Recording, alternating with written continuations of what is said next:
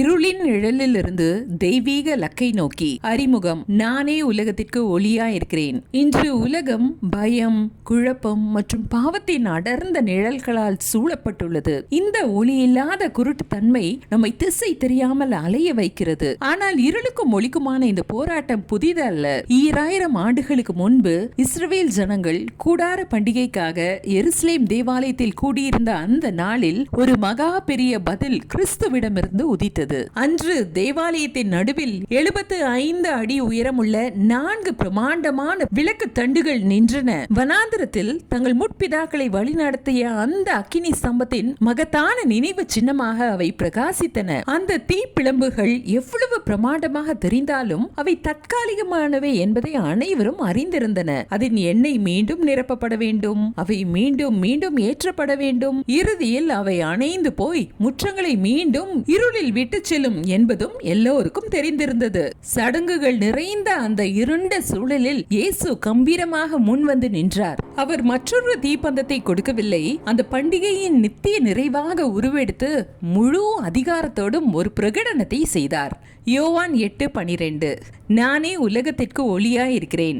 என்னை பின்பற்றுகிறவன் இருளிலே நடவாமல் ஜீவ ஒளியை அடைந்திருப்பான். யோவான் நற்செய்தியில் உள்ள இந்த இரண்டாவது நானே தொடர் வெறும் உவமை அல்ல, அது ஒரு மாபெரும் மீட்பின் வாக்குத்தத்தம். இயேசு ஒளியை கொண்டு வரவில்லை, அவரே ஒளியாக இருக்கிறார். ஒளி என்பது அவருடைய சுபாவம். அவரே உண்மையான, மங்காத, ஒருபோதும் விலகாத நித்திய அக்கினி ஸ்தம்பம். குழப்பங்களுக்கு தெளிவு தரும் ஒளியாக தன்னையே அவர் அறிமுகப்படுத்தினார். அவரோடு நீங்கள் இருக்கும்போது உங்கள் கடந்த காலத்தை பயமுறுத்தும் சத்தங்கள் மௌனமாகும். முட்டுச்சந்துகள் புதிய பாதைகளாக மாறும். ஒளியின் இயற்பியல். இயேசுவாகிய ஒளி இயற்பியலின் விதிகளையும் நம் ஆத்மாவின் இயக்கத்தையும் எப்படி கச்சிதமாக பூர்த்தி செய்கிறார் என்பதை பார்ப்போம். 1. ஆதிக்கம். ஒளி எப்பொழுதும் இருளுடன் விவாதிப்பதில்லை அல்லது இடத்திற்காக பேச்சுவார்த்தை நடத்துவதில்லை. அதன் சுபாவமே இருளை அகற்றுவதுதான். அது வந்தாலே இருள் ஓடிவிடும். கிறிஸ்துவின் ஒளி உங்கள் வாழ்க்கையில் நுழைந்தால் வெற்றி என்பது இயல்பான ஒன்றாகிவிடும். ஏனென்றால் அந்த தெய்வீக ஒளி இருக்கும் இடத்தில் இருள் இருக்க முடியாது.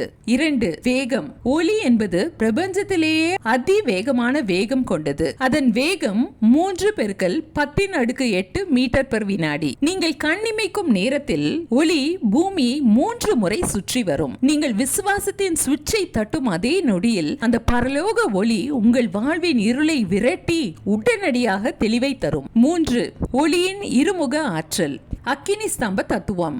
யாத்ராகமம் 14 அதே அக்கினி இஸ்ரவேலருக்கு பாதையாகவும் எகிப்தியருக்கு தடையாகவும் இருந்தது. ஒளி மாறவில்லை, ஒளியின் தீவிரம் மாறவில்லை. உங்கள் நிலைப்பாடு சரியாக இருந்தால் அதே ஒளி உங்கள் பாதையாக மாறும். மும்மடி பிரகாசம். அடையாளம், வளர்ச்சி மற்றும் வழி நடத்துதல். 1.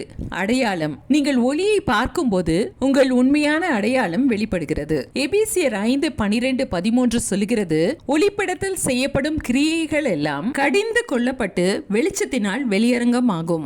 சங்கீதம் 34:5 சொல்கிறது, அவர்கள் அவரை நோக்கி பார்த்து பிரகாசம் அடைந்தார்கள், அவர்கள் முகங்கள் வெட்கப்படவில்லை.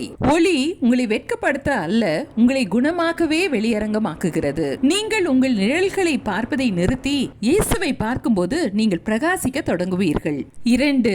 வளர்ச்சி. நீங்கள் ஒளியில் நிலைத்திருக்கும் போது ஆவிக்குரிய ஒளி சேர்க்கை மூலம் மேம்படுத்தப்படுகிறீர்கள். ஒரு செடி எப்படி ஒளியை பெற்று ஜீவனை பெறுகிறதோ அப்படியே உங்கள் ஆவி கனி கொடுக்க கிறிஸ்து தேவை. எபேசியர் 5:8-9 படி வெளிச்சத்தின் பிள்ளைகளாய் நடந்து கொள்ளுங்கள். ஆவியின் கனி சகல நற்குணத்திலும் நீதியிலும் உண்மையிலும் விளங்கும். வெளிச்சத்தின் பிள்ளைகளாய் நடந்தால் இக்கனிகளை நீங்கள் இயல்பாகவே கொடுப்பீர்கள். ஒளியில் இருந்தால் போதும், கனி தானாக வரும். 3. வழி நடத்துதல். வேத வசனங்களை எழுதியவரே உங்கள் ஒளியாக மாறும்போது நீங்கள் வழி நடத்தப்படுகிறீர்கள். சங்கீதம் 119:105 தாவீதின் கால்களுக்கு தீபமும் அவன் பாதைக்கு வெளிச்சமுமாய் இருந்த கர்த்தருடைய வசனம் இப்பொழுது உலகத்தின் ஒளியாக உங்கள் அருகே நடந்து உங்கள் பாதைக்கு வெளிச்சம் கொடுக்கிறது. வழி நடத்துதல் என்பது வெறும் வரைபடம் அல்ல, அது இயேசு உடனான அன்பின் உறவு. ஒளியின் முரண்பாடு. ஒளி குணமாக்கும், ஆனால் அது வலிக்கவும் செய்யும். சத்தியத்தை தேடுபவர்களுக்கு ஒளி என்பது விடுதலை. ஆனால் ரகசிய பாவங்களில் ஒட்டிக்கொள்பவர்களுக்கு ஒளி ஒரு அச்சுறுத்தல். ஒளி மாற்றத்தை கோருகிறது. சிலுவையில் இயேசுவாகிய ஒளியை அணைக்க உலகம் முயன்றது. ஆனால் உயிர்த்தெழுதல் இருளின் இயலாமையை நிரூபித்தது. இன்று ஒளியினால் ஒரு வலியை நீங்கள் உணர்ந்தால் இருளுக்குள் ஓடாதீர்கள். அந்த வலியை ஒரு அழைப்பாக கருதுங்கள். தெய்வீக ஒளி உங்கள் வேஷங்களை களைந்து குணமாக்க அனுமதியுங்கள். காலத்தின் அவசரம். யோவான் 12:35-36 இயேசு எச்சரிக்கிறார், இருளில் நீங்கள் அகப்படாதபடிக்கு ஒளி உங்களோடு இருக்கையில் நடவுங்கள். இது ஒரு தெய்வீக அவசரத்தை காட்டுகிறது. ஒளி ஒரு பரிசு, ஆனால் அதை பெறாமல் தாமதம் செய்வது இருளை தழுவுவதற்கு சமானம். யோவான் 12:46 சொல்லுகிறது, என்னிடத்தில் விசுவாசமாய் இருக்கிறவன் எவனும் இருளில் இராதபடிக்கு நான் உலகத்திலே ஒளியாக வந்தேன். இயேசுவிடம் விசுவாசமுள்ளவர்களாய் இருந்து ஒளியை பெற்றுக் கொள்ளுங்கள். காலம் சமீபமாய் இருக்கிறது. தாமதம் வேண்டாம். முடிவுரை, சென்று பிரகாசியுங்கள். நீங்கள் ஒரு மலையின் மேல் இருக்கிற பட்டணம். மத்தேயு 5:14. இப்பிரபஞ்சத்தின் மிகப்பெரிய ஆற்றலை நீங்கள் சுமந்து கொண்டிருக்கிறீர்கள் என்பதை மறந்து விடாதீர்கள். உலகம் அணைந்து போகும் மெழுகுவர்த்திகளால் சலிப்படைந்துள்ளது. அது உங்களுக்குள் இருக்கும் உண்மையான இயேசுவின் ஒளியை எதிர்பார்க்கிறது. புறப்பட்டு செல்லுங்கள். உலகம் தேடிக்கொண்டிருக்கும் அந்த தெய்வீக பிரகாசமாக நீங்கள் திகழுங்கள்.